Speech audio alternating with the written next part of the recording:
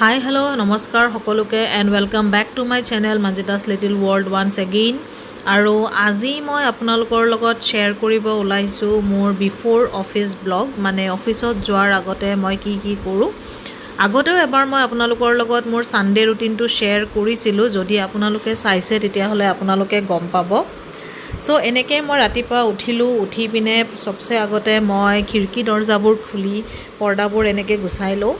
তাৰপিছত মই ঘৰৰ ভিতৰত একচুৱেলি মোৰ বহুত কেইডাল প্লাণ্টছ আছে, সেইবোৰ মই সদায় খিৰিকীত এই ধৰণে অকণমান টাইমৰ কাৰণে ৰ'দটো লাগিব দিওঁ, মানে অফিচত যোৱাৰ আগলৈকে, কাৰণ যিহেতুকে দিনটো ঘৰৰ ভিতৰতে থাকে সেইকাৰণে ৰাতিপুৱা ৰ'দটো অকণমান টাইম দিওঁ। আৰু ইয়াৰ পিছত মই ব্ৰাছ কৰিলোঁ আৰু ব্ৰাছ কৰি উঠি পিনে মই আহি গ'লোঁ এতিয়া ছাদৰ ওপৰত। এনেকৈ মই সদায়ে ছাদৰ ওপৰত যাওঁ এবাৰ, কাৰণ মই গছবোৰ সদায়ে এবাৰ চেক কৰোঁ কেনেকুৱা কণ্ডিশ্যনত আছে, কাৰণ মোৰ গাৰ্ডেনিং বহুত ভাল লাগে।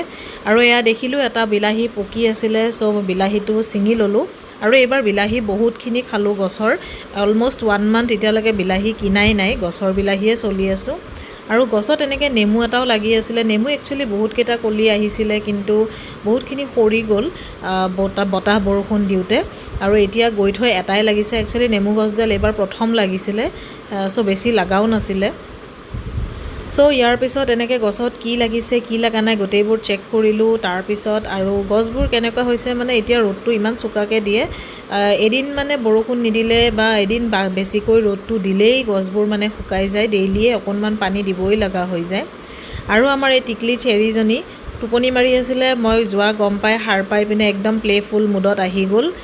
আৰু এয়া এডাল মই তুলসী লগাইছোঁ টাবত, এইডাল মই এনেকৈ ষ্টেণ্ড এটা দি পিনে বনাই লৈছোঁ, ইয়াত মই সদায়ে ধূপ চাকি জ্বলাওঁ।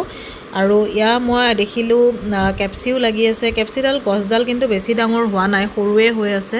ইয়াৰ আগতেও অকণমান লাগিছিলে কেপচি, আৰু এইবাৰ এগেইন আকৌ লাগিছে, ইয়াত 4-5টামান লাগি আছে, অকণমান ডাঙৰ হৈছে। চ' এয়া চাই মেলি পিনে মই এগেইন আহি গ'লোঁ ভিতৰত। আৰু এতিয়া যিহেতুকে বেছি টাইম নাথাকে হাতত, চ' পটাপট মই কাম কৰা ষ্টাৰ্ট কৰিলোঁ। প্ৰথমতে বস্তুবোৰ গোটেইখিনি ড্ৰয়িং ৰুমৰ বস্তুবোৰ মই এনেকৈ মোচা ষ্টাৰ্ট কৰিলোঁ। আৰু এইখিনি মই ডেইলিৰে কাম, পিছে মই সদায়ে কৰোঁ এই বস্তুখিনি, কাৰণ সদায়ে ঘৰটো বন্ধ থাকিলেও মানে অলপ হ'লেও ধূলি বালি সোমায়েই। ইয়াৰ পিছত আহি গ'লোঁ কিটচেনত। কিটচেনটোতো হৈছে মেইন পাৰ্ট, আৰু এইবোৰ বস্তু মই গোটেই ভালদৰে মুচি ৰাতিয়ে থৈ দিওঁ, কিন্তু ৰাতিপুৱা তথাপিও এবাৰ মই গেছ আৰু স্লেবখন মুচি দিওঁ, কাৰণ পঁইতাচোৰা ঘূৰি থাকে, জেঠীও থাকে, ভাল নালাগে, সেইকাৰণে স্লেবখন এবাৰ আৰু মুচি দিওঁ। ইয়াৰ বাহিৰে এইবোৰ যিবোৰ মই কৰোঁ, এইবোৰ মই ডেইলিয়ে ৰাতিপুৱা এবাৰ কিটচেনত সোমোৱাৰ পিছত বনোৱাৰ আগতে এবাৰ সদায় গোটেইখিনি বস্তু মুচি লওঁ, চাফা কৰি লওঁ গোটেইখিনি। আৰু এনেকৈ অকণমান বাচন আছিলে ধুই থোৱা, এইবোৰো জাগাই থলোঁ। তাৰপিছত মই ষ্টাৰ্ট কৰি দিলোঁ মোৰ ব্ৰাছ কৰি উঠি পিনে মই একচুৱেলি গ্ৰীণ টি খাওঁ সদায়। আৰু গ্ৰীণ টিটো মই এই ধৰণে এনেকৈ পানীত অকণমান দি পিনে থৈ দিওঁ ঢাকি পিনে অলপ সময়। তাৰপিছত মই এগিলাচ গৰম পানী খাওঁ, আৰু গৰম পানী খাই উঠি পিনে তাৰপিছত মই খাওঁ এগিলাচ নেমু পানী। আৰু এইবোৰ একচুৱেলি মোৰ বহুত আগৰে হেবিট হয়, এতিয়া নতুনকৈ কৰা নহয়, আজি এটলিষ্ট 10 years মানৰ পৰাই মই কণ্টিনিউ কৰি আছোঁ। সেইখিনি খাই পিনে মই গ্ৰীণ টিটো খালোঁ। এতিয়া ব্ৰেকফাষ্ট বনাব ষ্টাৰ্ট কৰি দিলোঁ, কাৰণ যিহেতুকে বেছি সময় নাথাকে হাতত, পটাপটে কৰি থাকিব লাগে, ৰখি থকাৰ সময় নাথাকে। আৰু ব্ৰেকফাষ্টৰ ৰেচিপি মই বহুতকেইটা এতিয়ালৈকে ব্ৰেকফাষ্ট আইডিয়াজ মোৰ শ্বৰ্ট ভিডিঅ'বিলাকত মই শ্বেয়াৰ কৰিছোঁ। এতিয়ালৈকে টোটেল 7টা শ্বৰ্ট ভিডিঅ' মই ব্ৰেকফাষ্টৰ আইডিয়াজৰ ওপৰত দিছোঁ। যদি আপোনালোকে চাইছে তেতিয়াহ'লে গম পাব, আৰু যোনে চোৱা নাই প্লিজ চেক কৰিব আপোনালোকে ভিডিঅ'বোৰ। আহি গ'লোঁ মই বেডৰুমত, আৰু বিচনা পাৰা হৈ গ'ল। ইয়াৰ পিছত মই অকণমান কিবাকিবি চাফা কৰিব আছিলে আৰু কাপোৰ অলপ জাপিব আছিলে, সেইবোৰ কৰি মেলি আহিলোঁ।